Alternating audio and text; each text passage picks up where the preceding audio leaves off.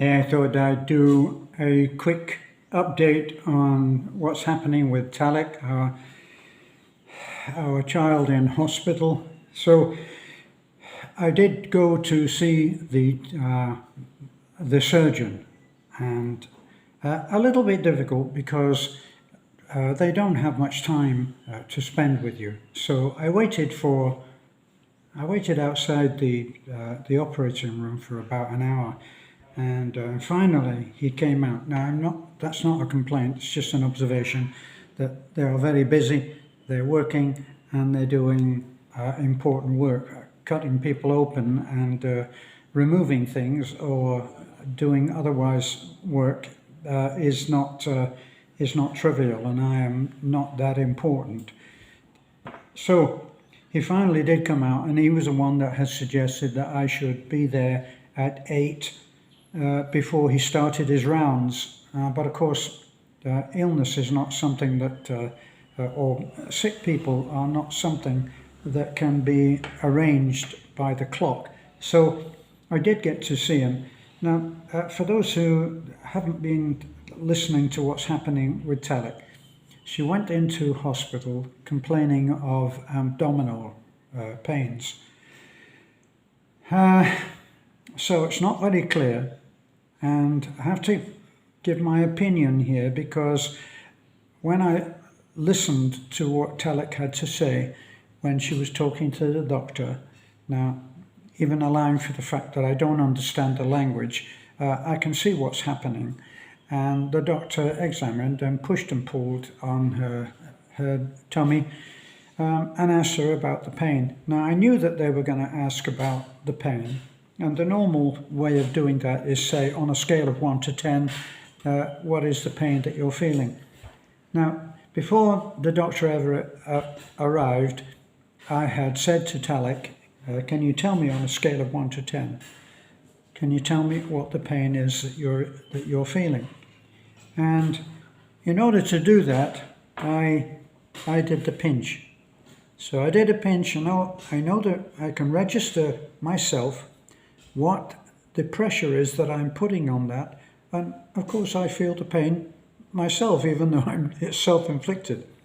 So I know the degree of pain, and I know what it would be on a scale of 1 to 10. So having pinched myself, I pinched her on the arm, and I said, now, I'll keep pressing and you tell me when it is there. So she told me when the pain, that's equivalent to the pain that I'm feeling, and I knew that it was probably really quite minimal, maybe looking at 2 on a scale of 1 to 10, 1 being the least. So when the doctor came, Talik told her what the pain was, and she said on a scale of 1 to 10 that it was 5. So I knew that this just couldn't be. Now the other thing is that the pain comes and goes. She has had she's had more than 2 tests. She's had a CT scan and 2 ultrasounds. Now, the latest ultrasounds were done in Dubai, and Dubai is a much more advanced, better equipped hospital than Taliban. So we went to Taliban first, and then we were advised to go on where there would be a surgeon on call in Dubai, which is what we did. The first doctor said, I'm not convinced that this is appendicitis, even though on Taliban they'd said suspected appendicitis. Now, this has pulled in, it's been a magnet for a ton of people who are all of good intention. All of the comments that we've had, all of good intention, we don't doubt that for a moment, and all have been concerned with Taliklik. Some of you have known Taliklik for 4 and 5 years and seen her grow into a young woman, and we know that you care. So, allowing quickly for the fact that we're in the Philippines and it just isn't the same. Okay, so if you're actually making a comment from the US or the UK or any of the more westernized countries with advanced medical facilities, allow for the fact that we're in the Philippines and it's just not the same. We're in a public, what they call a public hospital, which is government funded, and the staff are really up against it. You know, they're fighting to give a service. We take it on its face value. They're there to give a service, and it's tough. So they have been undecided, going on the fact that the first diagnosis was based on a comment of someone who read the ultrasound and said, looks like maybe it's appendicitis, because it's right in that place on the stomach which would locate it as being appendix, and it's a pain. So there's always that fear if it's appendix. So, well, what if it ruptures? Believe me, for as little as I know, if you are suffering from appendix trouble, the pain is beyond belief. And if it gets to that point where it ruptures, you would really, you'd be lying on the floor in agony. There's no question about it. So we're looking at that. Now, when I spoke to the surgeon, he is the final voice.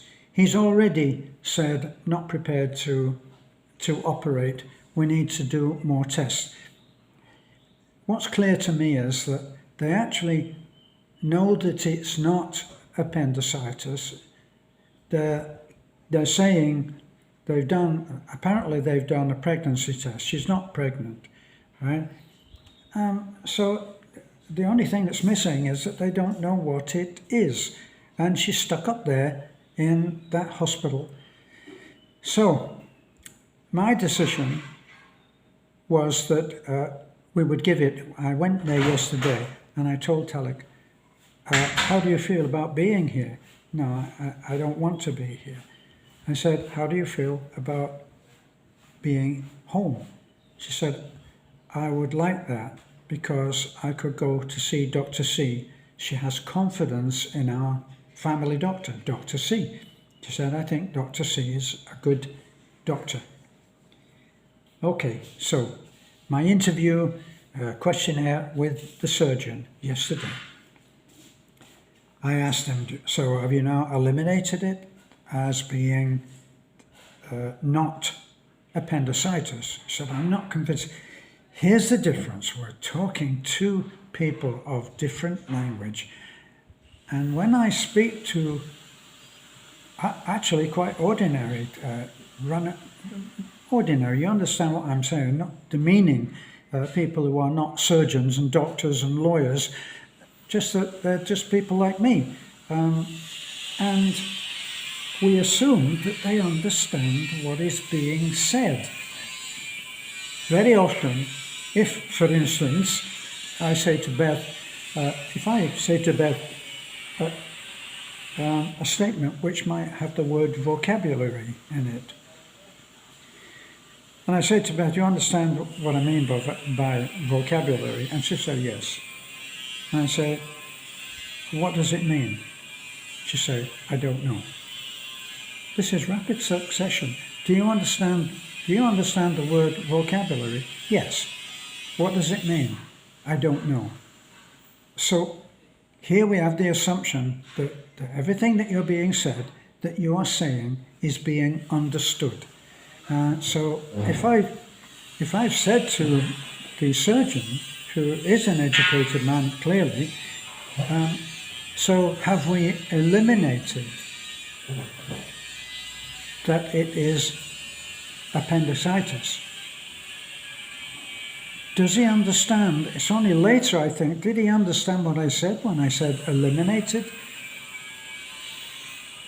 So it's when you leave having asked your questions, you wonder, was it understood?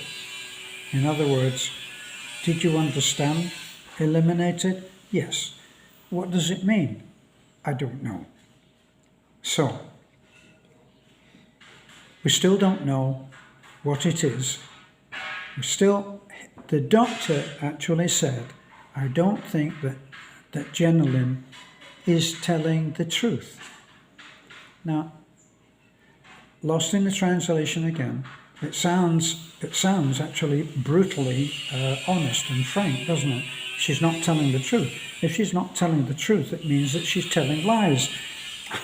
Or, as the Americans say, she's being economical with the truth. So, it's kind of a mess. And she is up there in that hospital on a drip. They had her on a 7-day course of antibiotics. They've given her an x-ray, and they have said that it seemed as if there was some infection to the lungs. So that brings up a very common ailment in the Philippines of TB. Now, I remember in my childhood, if somebody got TB, they probably would die from it. But now, in the Philippines, this is a common, I don't mean everybody suffers it, but Lena has had TB, and she took the medication, which is free, and she took whatever the medication was on a daily basis, and she was cured. It's really as simple as that. So if Taliklik had TB, then they would have been able to easily treat that.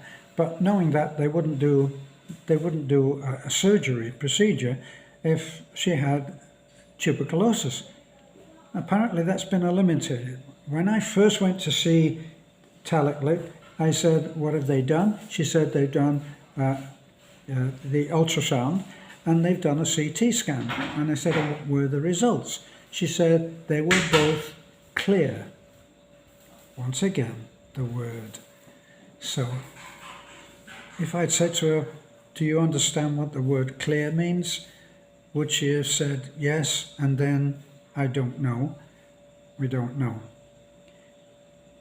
But she's been there a week, and they haven't done anything to influence the course of anything that she's feeling.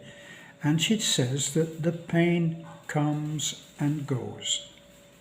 So while the doctor was there, following my interview with him, he actually started his rounds, and he came in while I was with Taliklik, and I watched him poke and prod her stomach, and I watched her face, and she was not in pain.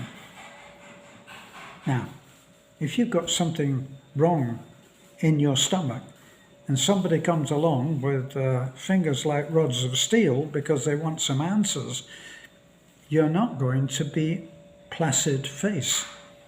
You understand that word, don't you? What does it mean? You see where I'm coming from? And I didn't see her in pain. Now, when he left, she started to indicate that there was some pain. I told her, I will wait until Friday. And then if there's no change, I'm taking you home.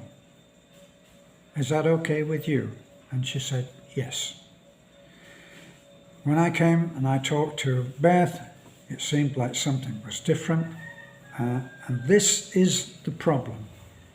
I'm the foreigner getting in the way with my Western ideas of what should be done and what shouldn't. And I'm fighting an uphill battle with a culture that's been getting along just fine without me. So I've often said when I'm trying to help people to come to terms with what is a huge gap in communication and agreements and thoughts and mindset, that it's not a culture gap. This is a gap. The gap is Grand Canyon-esque.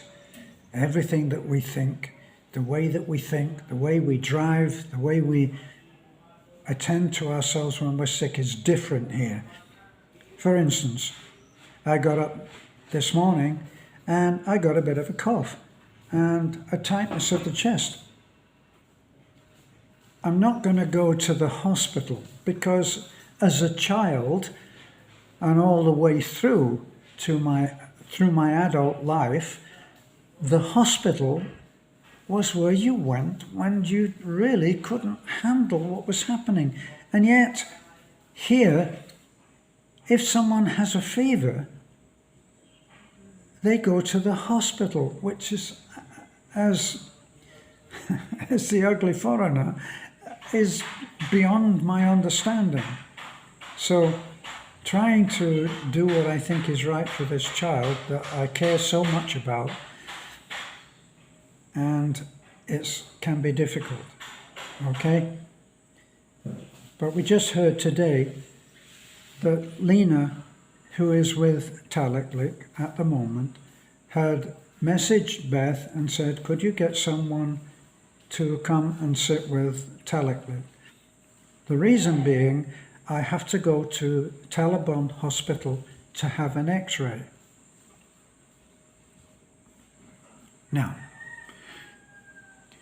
Lena is sitting in a well-equipped hospital, which is far superior to Taliban, and she is thinking of traveling to Taliban hospital for an x-ray. I said to Beth, couldn't they do the x-ray in Ubay? Oh yes, they could, couldn't they?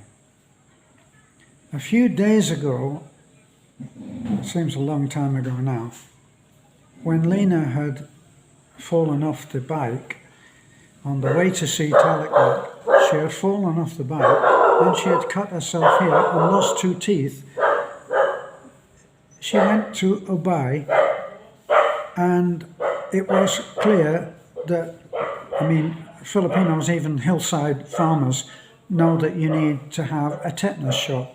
So she said, I was told you need to take Lena to the hospital in Ubay, and then later she has to have a tetanus shot, so take her to Taliban for the tetanus shot, and then take her back to Ubay so she can be with Taliklik. This is the point, if we were on television, that that music would come on, going dee dee dee doo dee dee dee doo dee dee dee doo. We're in La La Land. Couldn't she have the tetanus shot in Ubay? Oh yes, she could, couldn't she? Yes, and then I won't have to go there and back and there and back. So that's what she did.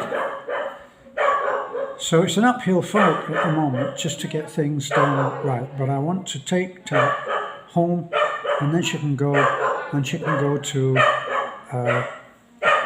that's our dog that has started to help on the video.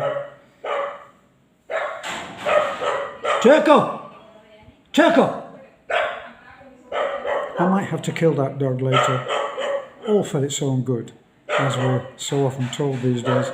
So that's the thing that we're going to do. We'll see what happens, and then I'll take her home, and she can always go back again if the scale of 1 to 10 starts soaring up to 5 again.